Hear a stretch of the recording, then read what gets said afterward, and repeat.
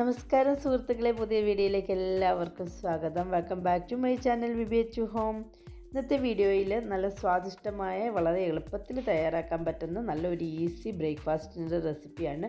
ടിഫിൻ്റെ കൂട്ടത്തിൽ കുട്ടികൾക്ക് കൊടുത്തു വിടാൻ പറ്റുന്ന, ഗസ്റ്റൊക്കെ വരുമ്പോഴൊക്കെ നമുക്ക് തയ്യാറാക്കി എടുക്കാൻ പറ്റുന്ന നീർദോശയാണ് ഇന്ന് ഞാൻ തയ്യാറാക്കുന്നത്. ഉണ്ടാക്കുന്നത് എങ്ങനെയാണെന്ന് നോക്കാം. വീഡിയോയിലോട്ട് കിടക്കാം.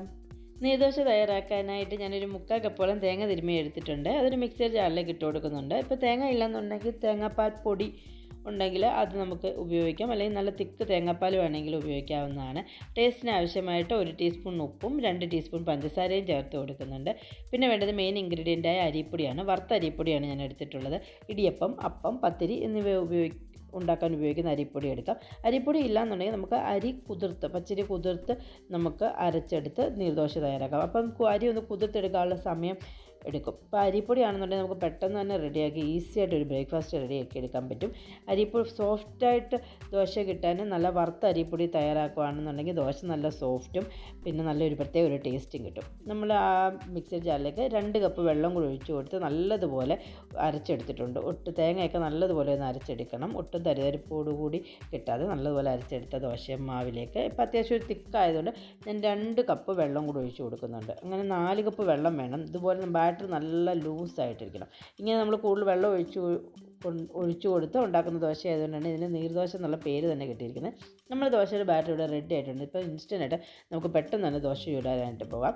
പാനൊന്ന് ചൂടായിട്ടുണ്ട്. തീ ഒരു മീഡിയം ഹൈ ഫ്ലെയിമിൽ വെക്കുക. ശേഷം ഞാനിപ്പോൾ കാണിക്കുന്ന രീതിയിൽ ഇതുപോലെ തന്നെ ഒഴിച്ചു കൊടുക്കുക. നല്ല തിക്കായിട്ട് ഒഴിച്ചു കൊടുക്കല്ലേ, നൈസ് ചെറിയ തിന്നായിട്ട് മാത്രമേ, അല്ലെങ്കിൽ വെന്ത് കിട്ടത്തില്ല. നമ്മൾ ഒത്തിരി കോരി ഒഴിച്ചു കൊടുത്താൽ ഓരോ പ്രാവശ്യം മാവ് എടുക്കുമ്പോഴും നല്ലതുപോലെ മാവ് അടി കൂട്ടി നല്ലതുപോലെ തവി വെച്ചിട്ട് ഇളക്കിയെടുത്ത് വേണം മാവ് പാനിലേക്ക് ഒഴിച്ചു കൊടുക്കാൻ. ഇപ്പോൾ നല്ലപോലെ വെന്തിട്ടുണ്ട്. വെന്തെന്നറിയാം നമുക്ക് മനസ്സിലാവുന്നത് എങ്ങനെയാണെന്ന് വെച്ചാൽ സൈഡിങ്ങനെ തന്നെ ഇങ്ങനെ പൊങ്ങി വരും.